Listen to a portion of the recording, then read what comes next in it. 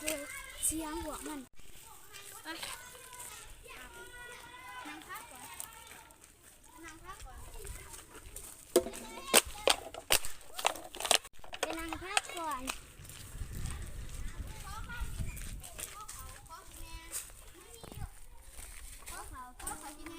นี่หรอกนี่หรอก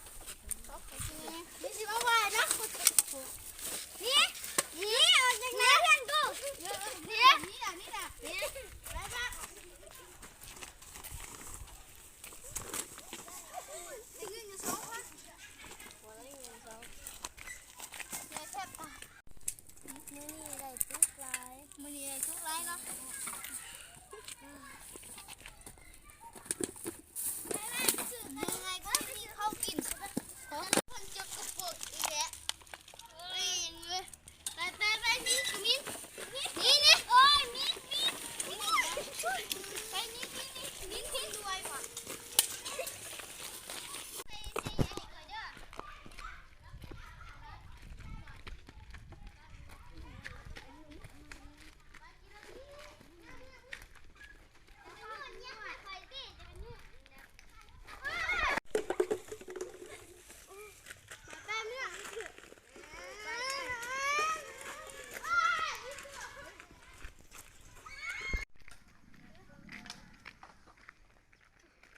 จะว่าเนี่ย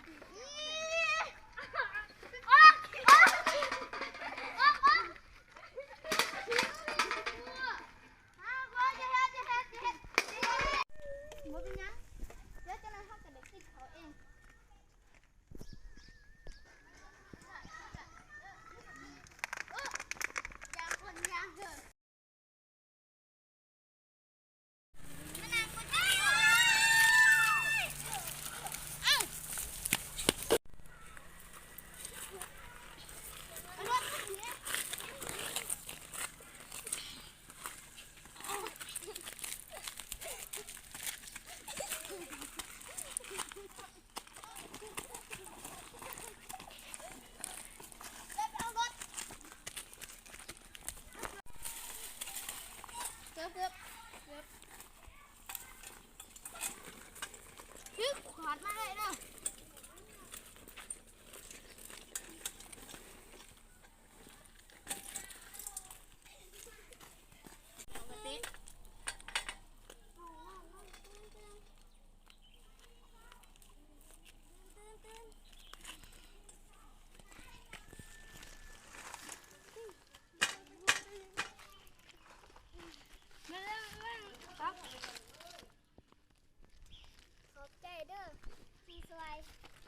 ไม่เป็นไร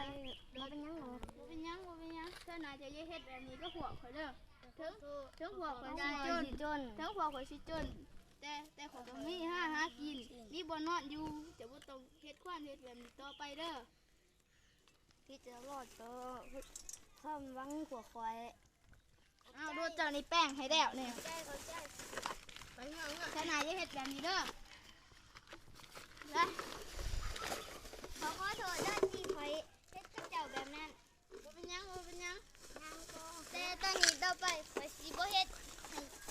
그러니까 슬슬 let me come into your heart Give love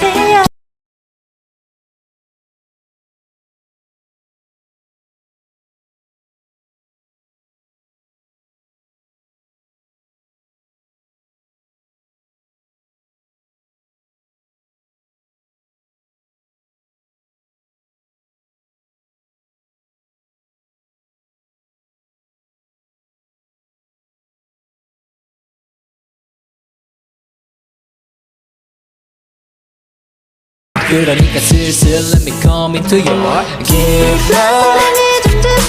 Give love 매일매일 잘하는 사랑을 그녀에게 주는데도 받질 않으니 Love